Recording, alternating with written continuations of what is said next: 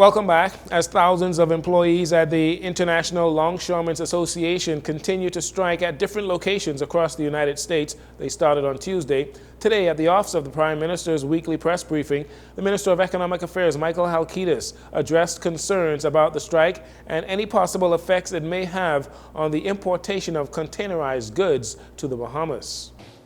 A port strike that's going on in the U.S. East Coast and as well the Gulf Coast, and the potential impact that it might have on us, and is something that we are watching. Our view is that if there can be a resolution in the short term, the impact will be minimal, but of course we are concerned about, and I think they are in the U.S. as well, any long-term dragging out of this impasse. And so we are hopeful that that is resolved quickly. They are talking.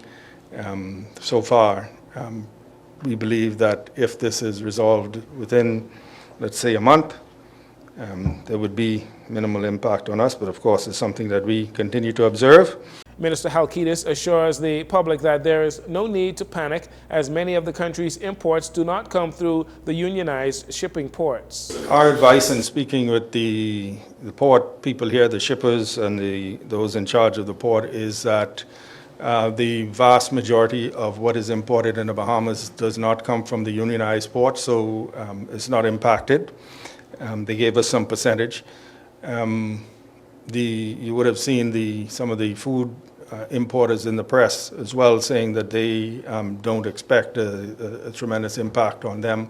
But we always have to be aware of potential risks of contagion and anything spreading and any impact. Sadly, there is not much you can do in terms of contingency.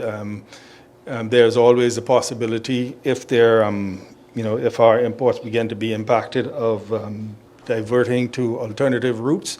But of course, that will entail additional costs in terms of transportation. Additionally, the Minister of Economic Affairs told the members of the press not to create the impression of a shortage, because it will lead to hoarding, and that in turn will create a real shortage in supplies. The Royal Bahamas Police Force is calling on all residents that use security cameras at your home or place of business to register with the Royal Bahamas Police Force to aid police in investigating into different crimes, especially in your area.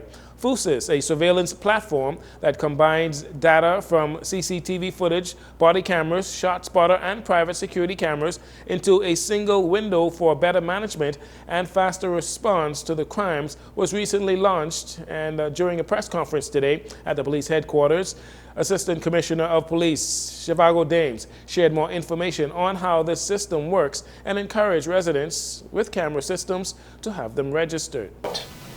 Your partnership is vital in helping us fight crime and protect our communities.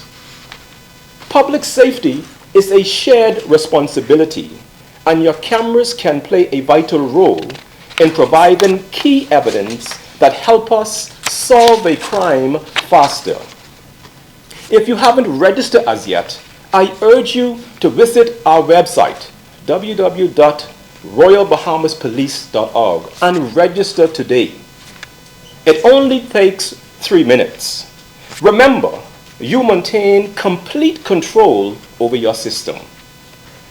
We also have representatives from our urban renewal program here today, serving as our boots on the ground. They will conduct walkabouts in your communities, encouraging you to register your CCTV cameras with the Royal Bahamas Police Force. The police believe this is one way the general public can help in the fight against crime. Assistant Commissioner of Police Dames said Phase 2 of the project has yet to begin, and that they will also implement the system on the Family Islands. He gave assurance that your privacy will not be compromised, and only the footage shared to officers can and will be accessible to the officers only.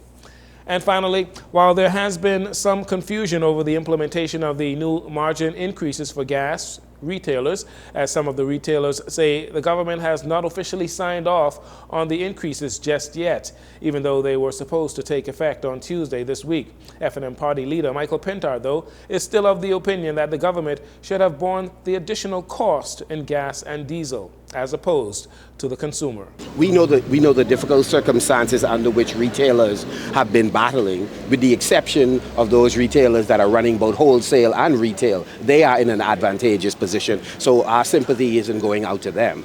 The reality is the government should have taken a haircut as opposed to the public taking a haircut. The government reacted to a potential protest. So they didn't make a principled position. They had all the arguments in front of them, and they failed to move on it. Mr. Pentard was speaking on the outside of the House of Assembly on Wednesday. Meanwhile, retailers saw their margins increase by 25 cents on gasoline and a 16-cent increase on diesel.